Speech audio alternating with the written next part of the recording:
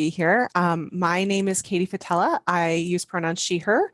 I'm a white woman. I have long brown hair a little bit past my shoulders. I'm wearing a black t-shirt. I have red glasses and a headset, and I'm sitting in front of a virtual background that's pink and purple and ethereal looking. I am the Chief Program Officer at the Nora Project, and we are a nonprofit organization with a mission to promote disability inclusion by empowering educators and engaging students and communities. And so for us, this means providing in-depth training for educators and community members on disability studies and best practices that help folks create spaces that make every participant feel a sense of belonging. We also offer social emotional learning curriculum with a focus on empathy education and disability studies. And our programs really give teachers the language, the tools, and the resources to help develop in their students what we call an ability inclusive mindset. So we would love to connect with you after the presentation if you have any interest in exploring either our training opportunities or our curricular programs. I'm going to share a document in the chat, and Lindsay will actually drop that for you, with mine and Jordan's contact information and a bit of information about the Nora Project that you can take with you and hopefully share with your colleagues. So before we begin today, I want to let everyone know again that live captioning is available and can be turned on by selecting the closed captioning icon on your Zoom toolbar if you're joining us via Zoom. If there's any activity in the chat today, we will pause and read those contributions aloud in an effort to honor all types of communication. We are really excited to bring this conversation to you today, and we're hoping that it will lead you to do some reflection for yourself on your own experience teaching and learning in so-called inclusive spaces. And I'm going to be moderating today's panel, and I'm going to hand it over to our panelists to introduce themselves. And I'd like to start with Jordan and then have John and then Alex introduce themselves. Hi, everyone. I'm so grateful to be joining this panel today. I'm Jordan Zimmerman, pronouns she, her, and I'm the Director of Professional Development with the Nora Project. I am a white woman with wavy brown hair. I am wearing a black shirt with white text and sitting in front of wood blinds and a bookshelf. I communicate using assistive technology. For me, this looks like an iPad with a communication application where I type letter by letter to make words and phrases, which are then spoken aloud. While I have pre-programmed much of the content for today's panel, I invite you to consider the beautiful pauses of silence that occur when myself or others who use communication supports to share are conversing with others in everyday life.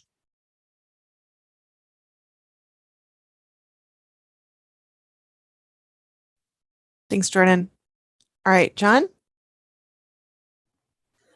I'm John Ginsick. I'm a science teacher and STEM Academy leader at Penn High School that has over 3,400 students, a public school in near South Bend, Indiana. I think I'm wearing a kind of a plaid striped blue and white shirt, wearing a tie in the lower level of my house with some pictures of my family in the background. I have 4 kids and teach kids that are just a little bit older than my own kids right now. I've worked with the Nora Project. I think this is my 2nd year, maybe even the 3rd year, it feels like. Time's going by quick right now. And yeah, we've been collaborating on a sympathy project through the Nora Project, but also working on co-teaching and other inclusive efforts in our own schools. And I've helped pioneer some of the work, but then also encourage some of the work in our schools. So I'm looking forward to the conversation today. Thanks, John. Alex? Hi, I'm Alex Parker. I'm a cisgender male who uses pronouns he, him. I have brown skin. I have brown eyes, black hair. I'm wearing a light blue plaid shirt, no ties, so John definitely outdid me in this scenario with the classiness of his dress. I'm currently in my 4th grade classroom as I'm a 4th grade teacher, and I'm also a doctoral student at the School of Education at Johns Hopkins University. And I'm a project leader for both the Storyteller Project and Sympathy Club for the Nora Project. And in addition to that, I've done some curriculum creation and consultation for the organization as well. Welcome, all of you. Thank you so much for being on this panel. we have three sort of prepared questions, and then we'll open it up to folks to share any questions that you have as they come up. So the first question I'd like to pose to Jordan first. Jordan, how would you define inclusion in schools?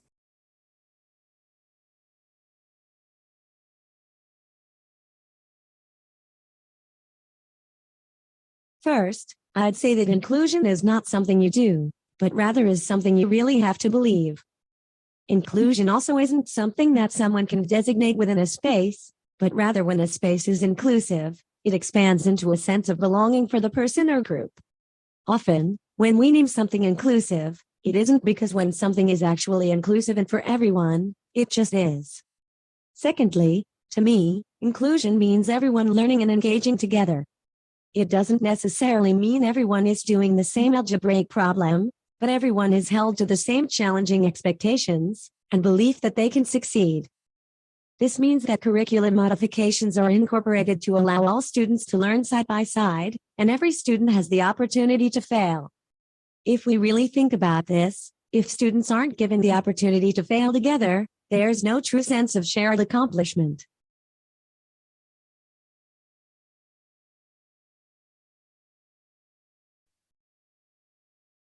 Thanks, Jordan. John and Alex, go ahead. I agree with what Jordan said. I would say that in my role, I work with different definitions of inclusion based on like which teachers I'm talking to, because I think about inclusion on a continuum of the ideal that Jordan just expressed, but then I know where teachers are at in their minds, or maybe even administrators I work with are in their minds. So like, I think about like what their experience is currently and think about what's a little bit more inclusive than what they have right now.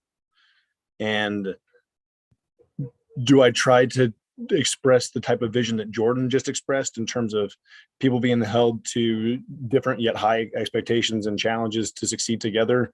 Yes. But is that how I communicate to different people at different times? Maybe not, because some of the people I work with are kind of don't know what it all takes to get to that point, so they don't think that it's possible.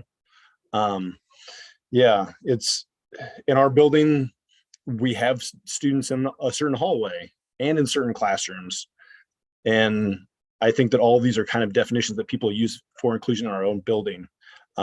But to be in the same room at the same time, intermixed in different groups, is even more in alignment with what Jordan had said. So yeah, it moves based on who I'm with, but I agree with what Jordan said. Yeah, for me, definitely. As I was thinking about what as I've processed this question, a lot of what Jordan had to say, I think I was definitely conceptualizing. And John, to your point too, I think a lot of it is, it feels like it's a moving target, and it also feels a lot like it's a continuum, that people are kind of entering the work at different places. And I think the end goal is absolutely kind of operationalizing what Jordan has described syntactically and semantically. But I think you're right. We kind of have to get people there, through different avenues, and it might take people longer to get there. But I think that is kind of the ideal point at the end. I think for me, inclusion in schools would probably have to be the idea of individuals in a school being treated equitably as a means to provide high quality education and socialization and educational opportunities. And I think I'm using the word equitably really intentionally, as opposed to using the word equality. And I do that just because I think that equality and inclusion isn't necessarily the ideal. Because I think when you take on that sense of equity, you really get to the idea of people being supported with what they need in order for them to succeed, instead of treating everyone the same. And so I think that's kind of a paradigm shift that also has to occur here, is that we just can't, have everyone exist in the same space and say that that's a definition of inclusion, but trying to make sure that people can get what they need to, again, have those high standards and achieve what they need, but they might need a different thing to get there. Yeah, I think probably it's a very common experience across schools, across states, across, even countries, we're finding as we, work with folks in other countries as well, that there is a continuum of what people think inclusion is. But I think that we all agree that there is an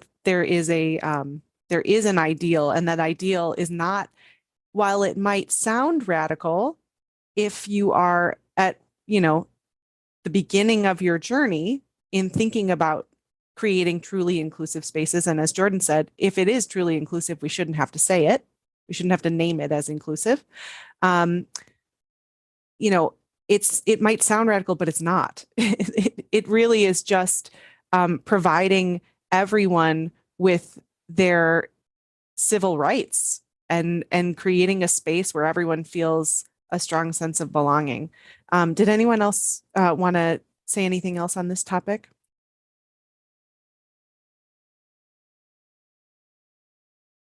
I think Katie said something interesting too about the idea of it like almost theoretically feeling radical. And I think that's so telling just because it's like that's definitely indicative of the fact that there is still a ways to go. That the idea of something that ideally makes a lot of sense in terms of like human rights, basically. It makes a lot of sense, but to some people that's a big stretch away from what we usually do. And it's like, yeah, that means that we've got to do a lot more. So I think you saying that, I think resonated with me. Yeah. Both positively and negatively. Right.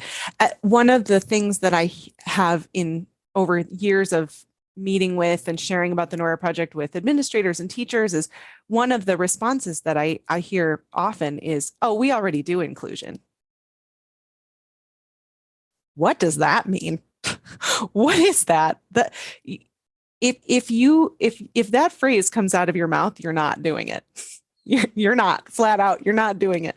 And as Jordan put so beautifully, like inclusion is a belief system. It's a mindset, and it's an approach to creating spaces where everyone has what they need to be successful. So it's just so interesting when I hear that from people that, like you said, Alex, it's just we have a long way to go, a lot of hearts and minds to change, and a lot of education to do to support people in moving towards an understanding that will support that ideal version of inclusion.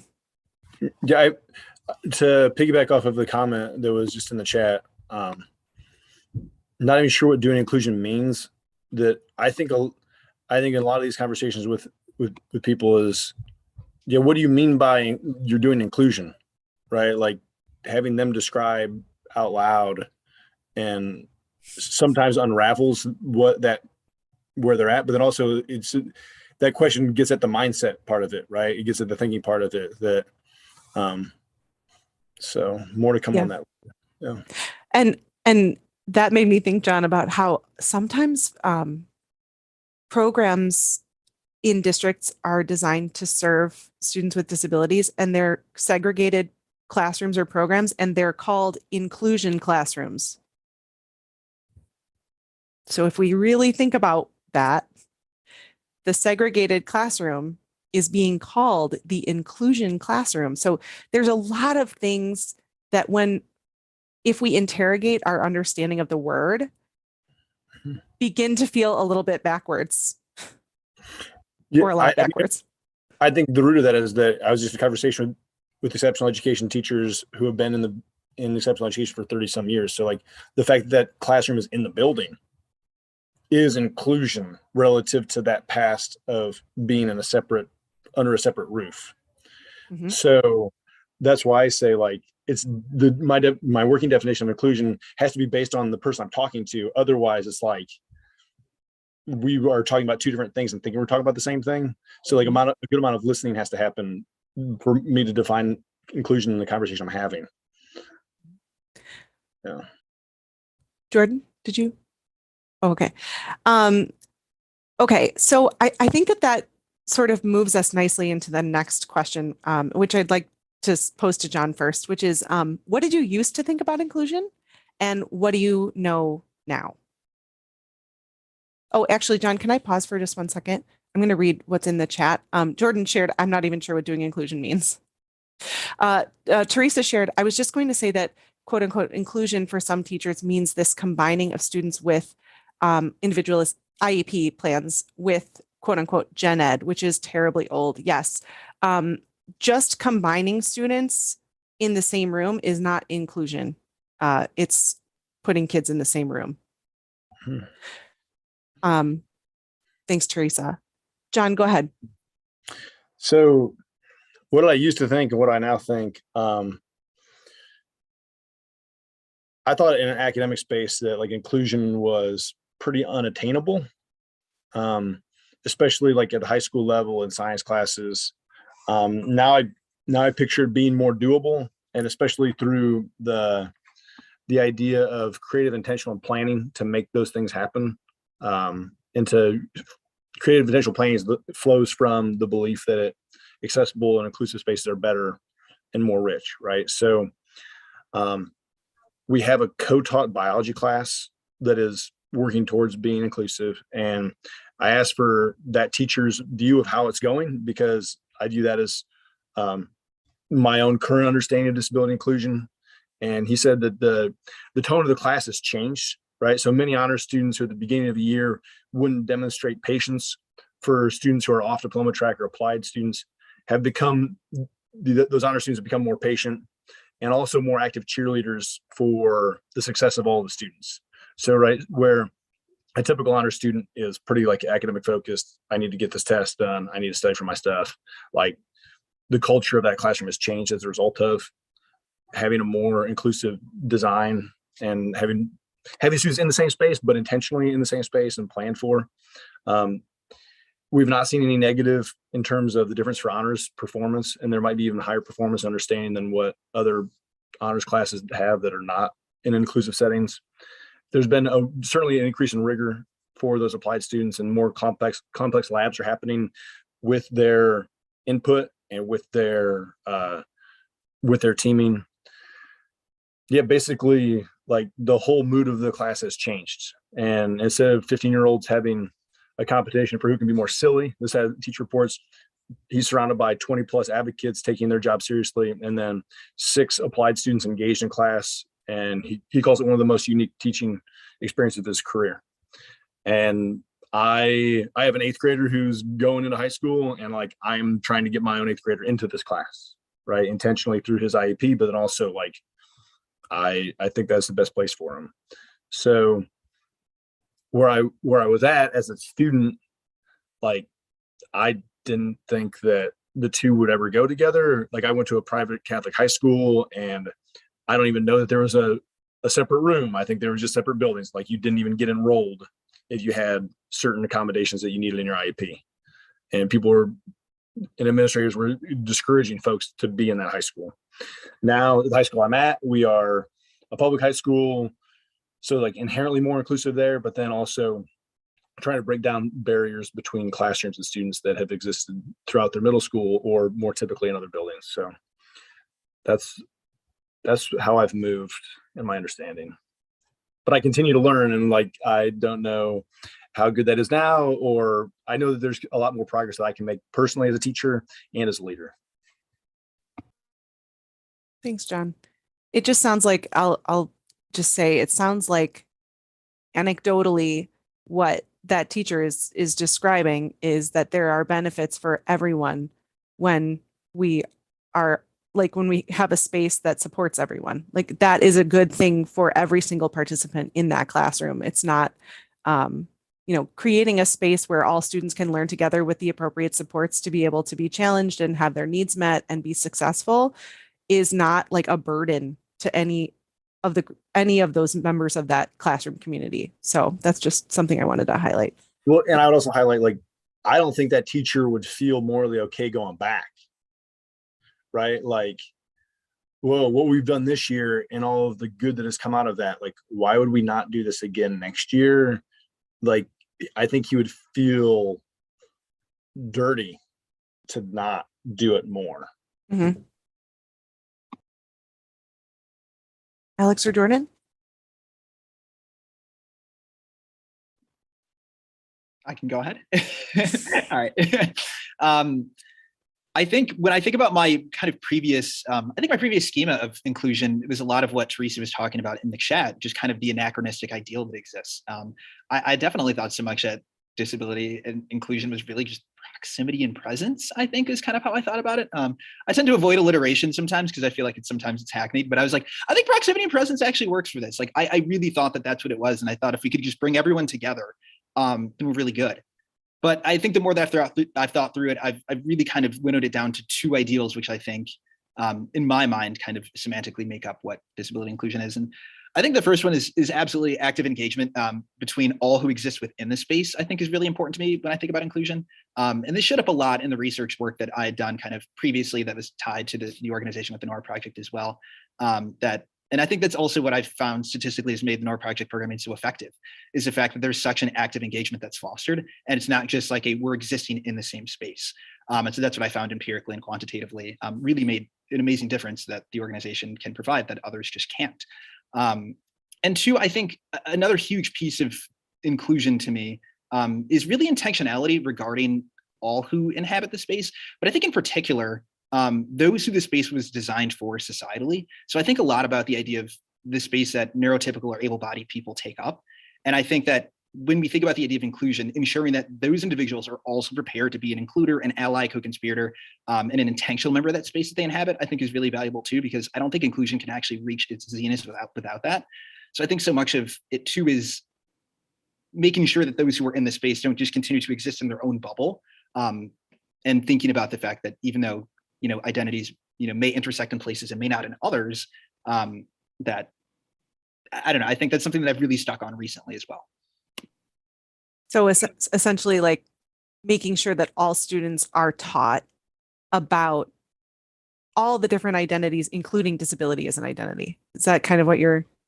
Oh, absolutely. Yeah. I mean, I think that, again, that's definitely, a direction obviously the Nora project has gone as well recently too, about really focusing on the idea of disability being an identity, and the fact that and how that, overlaps, with other identities that exist within spaces and within individuals that, people exist in. So I think, absolutely.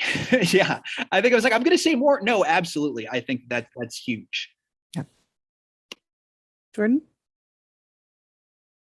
I used to think that inclusion wasn't for me or students like me. There's so much diversity within our community, but I didn't hear people talking about my needs in a way that matched the way they talked about inclusion. As a non-speaking autistic person with other medical needs, my support needs fluctuate, and I often needed, and still sometimes need, the assistance of others in order to stay regulated.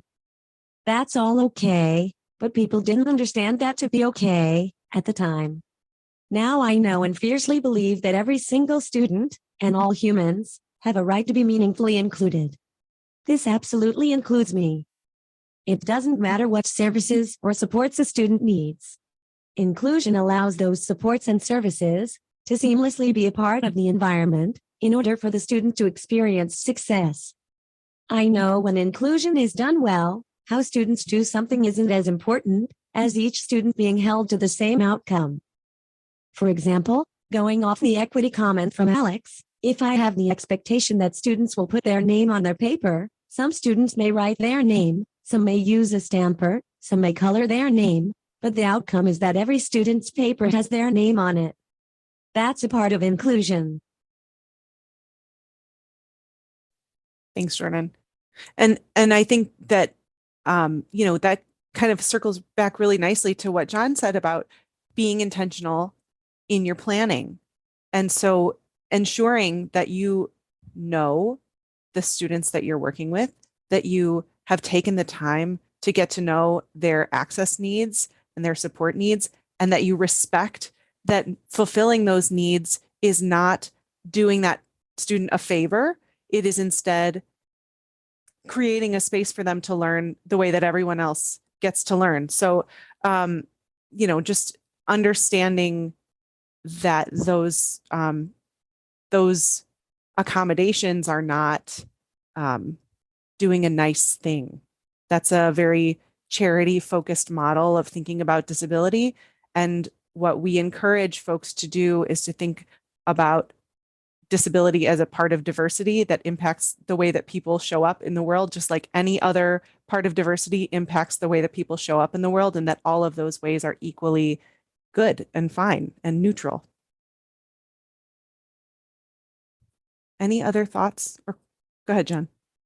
I just like to echo that teaching all of the students about the disability rights movement, I feel is part of what inclusion should and could become. Indiana does not have what Illinois has in terms of like that piece of requirement that I understand to be relatively new. But I agree that like all the students should know about this, right? And it shouldn't be. I had an opportunity yesterday to like use the term disability when everybody was saying exceptional education, special education. It's like, hey, part of the NORA project and part of like us, I feel moving forward is confronting this discomfort to say disability and to talk about it as a civil rights movement and that type of identification of it. So like I said, I'm still growing in it, but I feel like continuing to push to have the broad population understand things more widely about it, and also it not then just be reliant upon individual experiences that people have and conversations they have just within their family or talking about other families, but to have an educated person and organization to be able to like have this conversation at a school, I think is critical. Yeah. Thanks, John. And I just want to lift up one of the things that you said, just to clarify for folks that we as an organization train a lot, and Jordan does a lot of training for folks on we encourage people not to use euphemisms for disability when they mean disability. So terms like special needs or other, sometimes we hear people say things like differently abled or exceptional students or whatever. We encourage you to say what you mean. And also along with that, if someone self-identifies using a certain term, you respect the way that they self-identify. We don't encourage anyone to tone police other folks. You can self-identify the way that you wish to, but we do encourage people to say the word disability because there's nothing bad about it. There's nothing tragic or scary or odd or unusual about it. 25% of people globally experience disability. And so it's not something that we shouldn't say. It's not something we should cover up with euphemisms. And I think to that end, and I think so much about this, that so much of that is so valuable because of the fact that for lots of people, their lived experience might not allow them to understand the lived experience. And Jordan kind of touched upon that as well, about the fact that she didn't have the support in spaces that she would have desired and wanted. And so I think that when people tend to exist within their own space and kind of don't have those windows out into the world or don't have these conversations, it's really hard to help really change and adjust what we're doing. Because like we said, we're not where we need to be, that if these ideas feel radical, we're not where we need to be. And in order to engender change, I think that we need to be willing to, openly say disability and not whisper it or say that it's a bad word, because I don't think that we can actually feasibly support all forms of human diversity and identity without actually talking about them. And I think that's where the intersectionality piece comes in. I think that's applicable to gender identity and sexual orientation and race and ethnicity and country of origin too. So I think that's valuable. My lights went off, so here we are.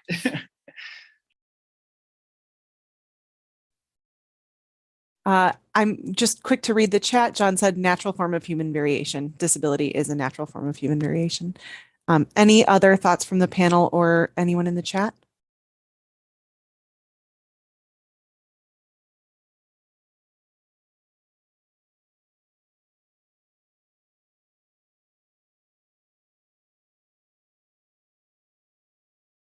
Okay. The next question I would like to pose to Alex. Oh, sorry, Jordan. Jordan says, yes, none of those things exist on parallel systems of oppression. They all intersect. Yes. Awesome. Thank you.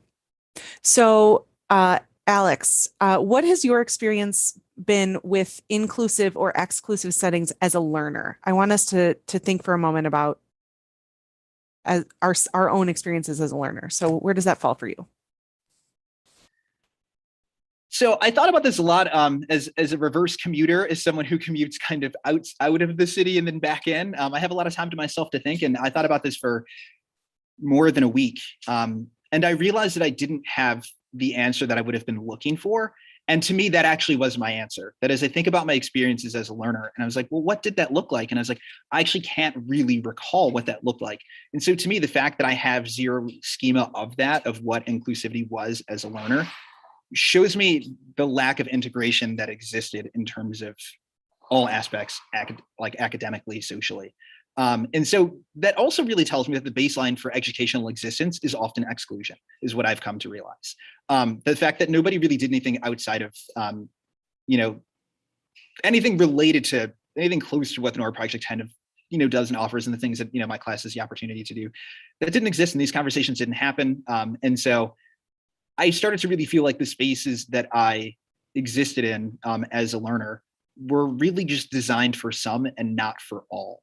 And so I think that's the biggest paradigm shift that I'm starting to think about as I think about my experiences as a learner, and now as an educator, but then also a learner at the post-secondary level too, is the intentionality that needs to be put into designing spaces that are inclusive and accessible for all, because my experience as a learner did not reflect that.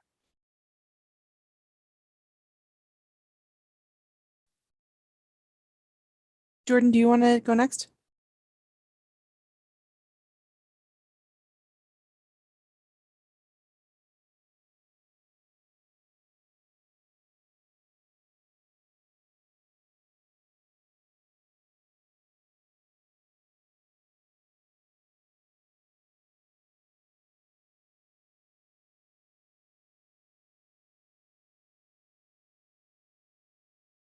I've had a vast array of experience both as a student and in my journey of completing my higher education degrees.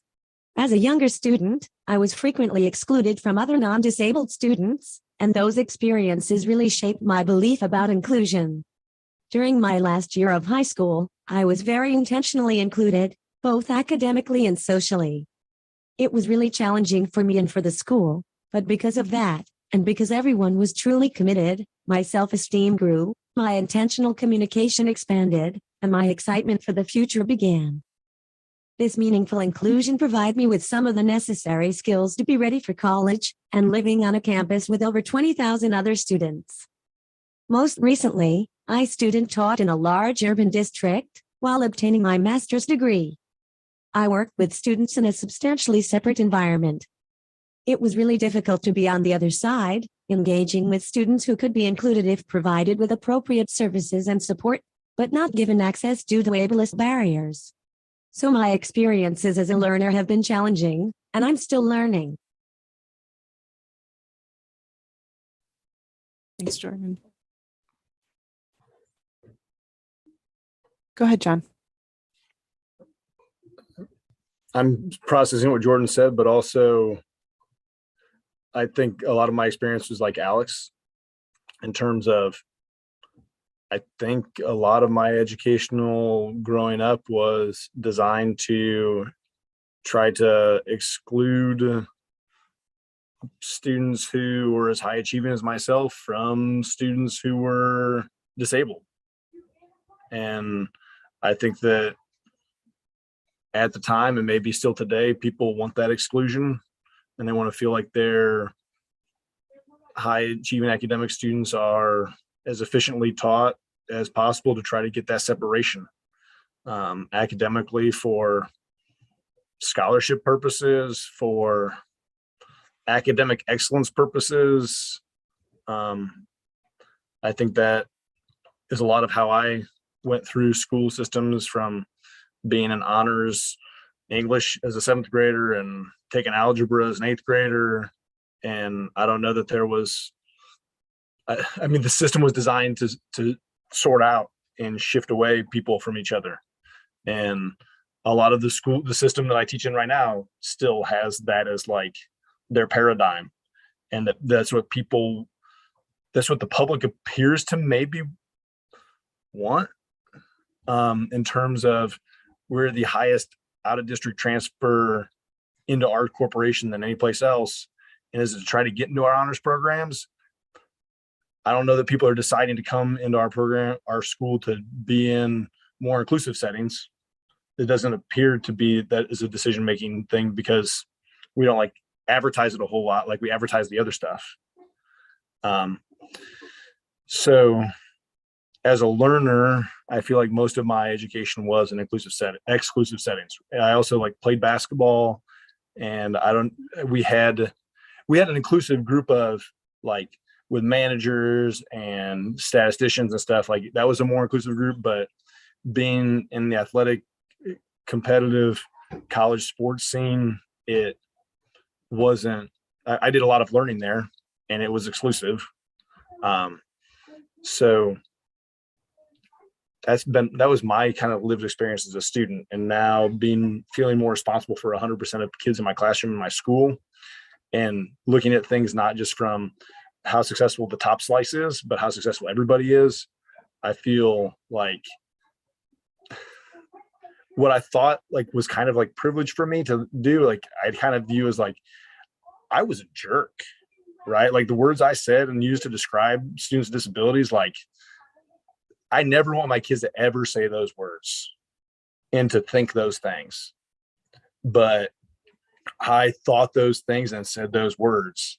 And was it a function of how exclusive my educational tracking system was, and things that maybe teachers even told me and principals told me, and like the unwritten curriculum that was messaged through the system? Like I don't want my kids to think those things, right? Like, so that's been the pivot, right, in terms of how I grew up and now what I'd like to see change. And I don't know, a lot of educators will say like, oh, what goes around comes around, like the pendulum swings. I think I don't know of any time that we've ever been as try to be as intentionally inclusive as what we are now. And I hope that it's not like something that would try to swing back as we're making the slow progress and intentional progress to the Nora project. From my understanding of history, this is just like a pendulum that's swinging slowly in the direction we hope that it should swing.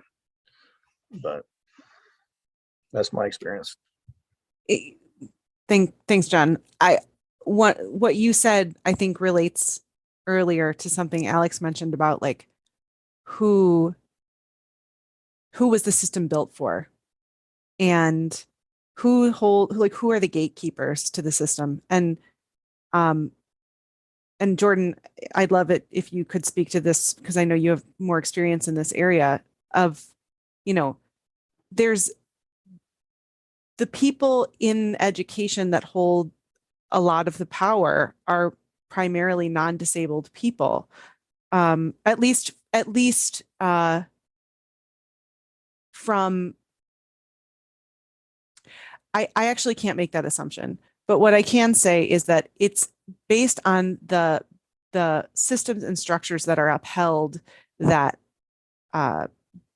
that do not support people with disabilities, students with disabilities, teachers with disabilities. It is clear that there's not a strong belief in most educational spaces that inclusion is that creating spaces where all kids are supported is something that is valued. And so I'll pause for Jordan.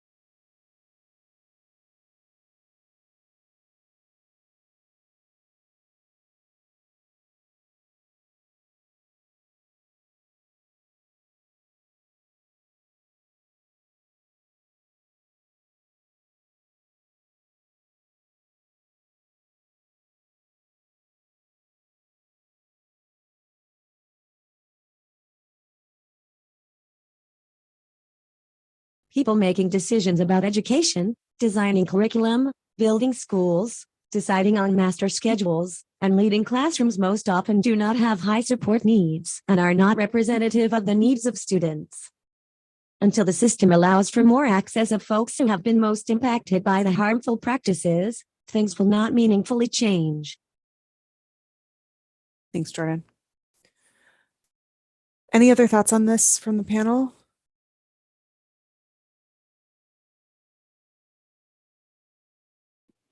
I guess a lot of the conversation just has me thinking about how much, I guess the issues really exist systemically, I think is so much of the conversation. And I think, trying to address that is challenging because I think anytime there's a system involved, I mean, obviously there are multifarious entry points. And so I think, I don't know, I feel like for me especially, I tend to get caught in the trap between like, what can I operationalize within my space? But then what can I attempt to do to dismantle this system that is designed for a specific segment of our country and our world? How can I try to dismantle a system that's really just set up for, cishet, white, able-bodied, neurotypical individuals? And I feel like sometimes maybe that starts within your own space. I mean, I feel like maybe as an educator, that's probably the best way to kind of move forward. But I feel like, yeah, so much of this conversation does has me thinking about the fact that there's a lot to this. And I think even though I've been involved in this work for 4 or 5 years at this point educationally, I still kind of struggle back and forth with where is the best place for me to exist, to be a co-conspirator in this work. That it feels like a good place for a shameless plug. This summer, Jordan is planning our training camp event.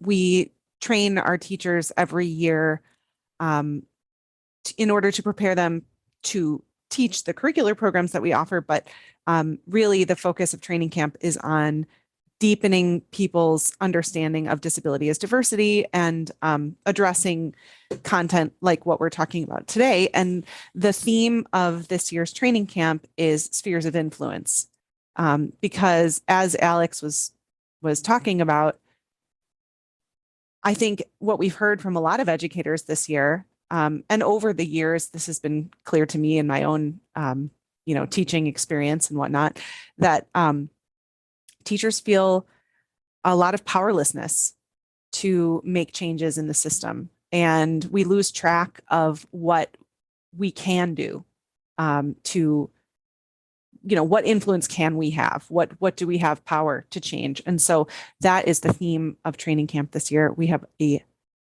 killer lineup of folks, and I will drop a link to a blog post that we just put out into the chat that shares more about the folks that are going to be joining us for that event. We are, if you're not currently, working with us as a partner school, we are selling tickets to that event. So if that's something you're interested in, you can reach out to myself or to Jordan, or you can buy those directly on our website. But we'd love to have as many folks as we can share in those conversations. Okay. Any other thoughts, panelists, before I open it up? Looking at the question in the chat box. Oh, Yeah, thank that's you. what I was going to respond to. Yeah. Go ahead.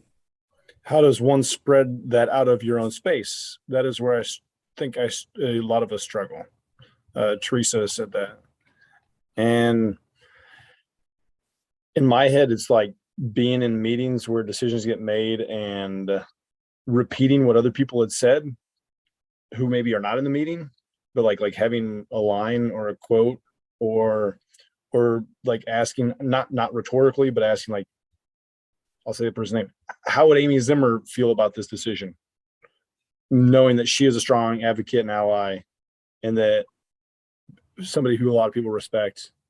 But it is like a slow game in many respects, but listening to those who are listened to by others and like trying to spread and continue talking.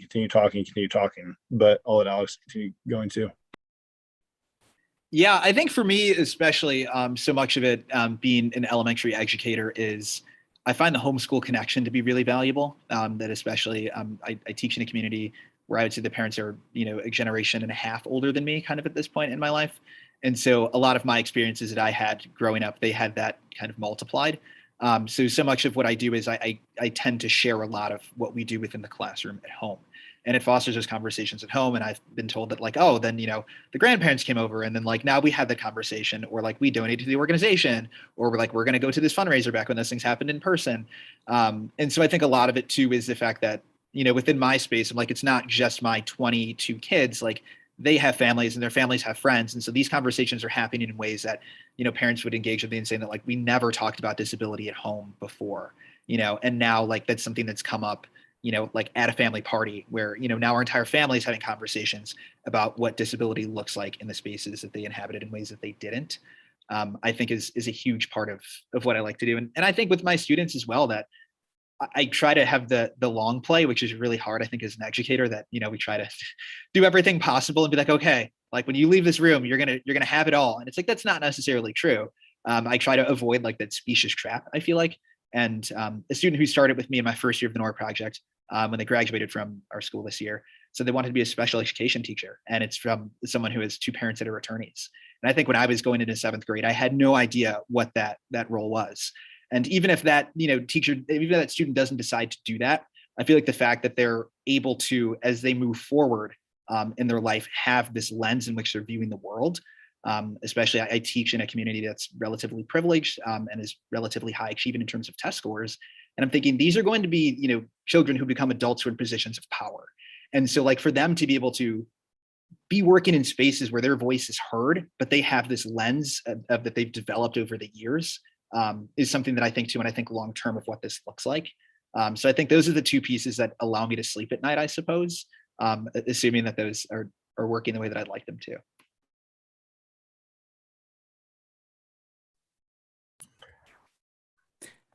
I've been working under the hypothesis that by being great in my own space would help to legitimize efforts outside of my space. So that means doing my job every day as best I can, and going for recognitions so that way I can try to make the change in places where I want to make the changes at. Because you'll see a lot of awards behind my name on the internet. And that's really just so that I can like, hey, look, let's do this. Why are we not doing this? Why are we not doing this? Why are we not doing this? And then understanding that administrators don't want to hear about that all the time, these other things. And that's on them to have to sleep with. If they don't want to do something that one of their teachers who has won a number of awards doesn't want to do, that's them. Like that's administrators who don't want to do that. But I'll sleep well at night knowing that I've communicated up the chain and done everything I can, and know that another day, another opportunity to advocate and do as best we can. But just thinking about what Alex had said and building off of that. Lindsay put in the chat, it's the ripple effect that makes education so powerful. Something that I think is helpful and is just asking questions. And Jordan is like actually really, really good at that. And so I'm learning even more how to use that as a strategy to get people to pause. And, you don't have to ask a question that is, it allows you to get people to think about things without demanding something or, Jordan, especially when I don't like something. You do have a pattern. But it's super helpful because,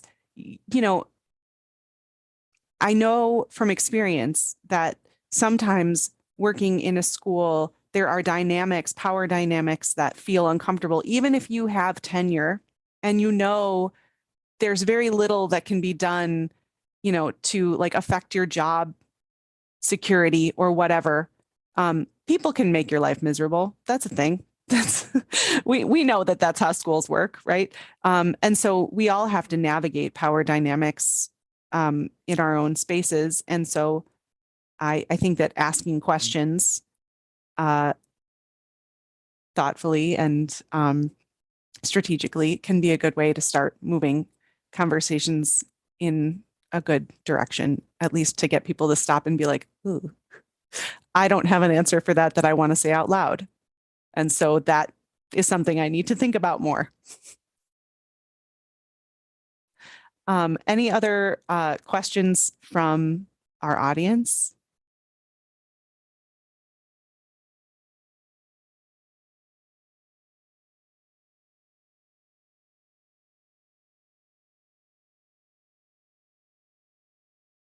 All right. Well, Lindsay, I'll let you go ahead and close us, but we'll stick around. Of course, if more questions come in, please don't hesitate to drop them in the chat. And also, we'll drop the contact information sheet again in the chat so that folks can access that if you would like to contact us further. We're very grateful for your time today.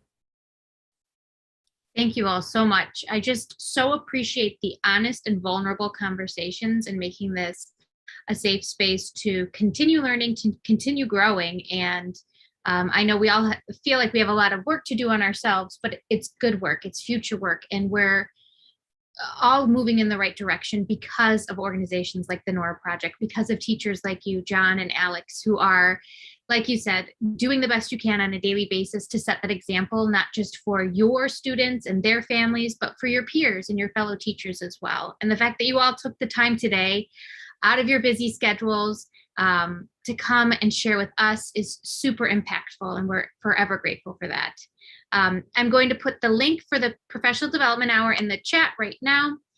In addition, tomorrow-ish, you will receive a follow-up email from us with this recording, as well as any links that Katie put in the chat, as well as anything anybody wants to share with me from the Nora Project. And we'll make sure we get that all nicely packaged up for you in an email.